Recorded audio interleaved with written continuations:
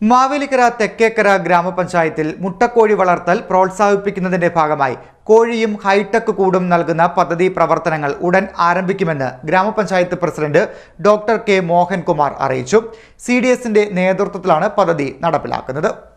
തെക്കേക്കര ഗ്രാമപഞ്ചായത്തിൽ കോഴി വളർത്തൽ പ്രോത്സാഹിപ്പിക്കുന്നതിനും വീട്ടമ്മമാർക്ക് തൊഴിലവസരം ഒരുക്കുന്നതിനുമായി കുടുംബശ്രീയുടെ നേതൃത്വത്തിൽ ഗ്രാമപഞ്ചായത്തിൽ കോഴിയും കൂടും നൽകുന്ന പദ്ധതി ആരംഭിച്ചു.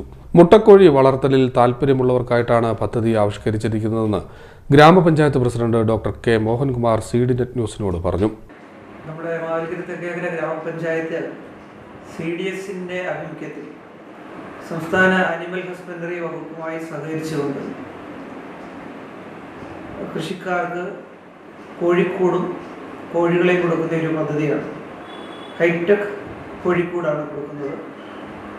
20 കോഴികൾ അതിലുണ്ടാകും. അവയ്ക്ക് ആവശ്യമായ 6 മാസത്തെ കാലത്തേക്കുള്ള തീറ്റയും മരുന്നുകളും കൊടുക്കുന്നുണ്ട്. അപ്പോൾ ഇതിനുവേണ്ടി 3 ലക്ഷം രൂപയാണ് മാറ്റിവെച്ചിരിക്കുന്നത്.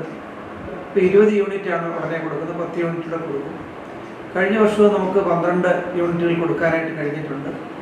ആവശ്യക്കാരായി വരുന്ന മുഴുവൻ പേർക്കും ഈ നിലയിൽ സഹായിക്കാനാണ് നമ്മൾ ഉദ്ദേശിക്കുന്നത്. സ്ത്രീകളെ സംബന്ധിച്ചിടത്തോളം നല്ലൊരു വരുമാന മാർഗം ഇതിലൂടെ ഉണ്ടാക്കാൻ കഴിയും. പ്രത്യേകിച്ച് ഇപ്പോൾ കോഴിമുട്ടയ്ക്കൊക്കെ നല്ല വില കൊടുക്കേണ്ട ഒരു കാലഘട്ടമാണ്. അപ്പം പരമാവധി പ്രാദേശികമായി കോഴിമുട്ടയുടെ ഉൽപ്പാദനം നടത്തുക എന്നുകൂടി പഞ്ചായത്ത് ലക്ഷ്യമാക്കുകയാണ്.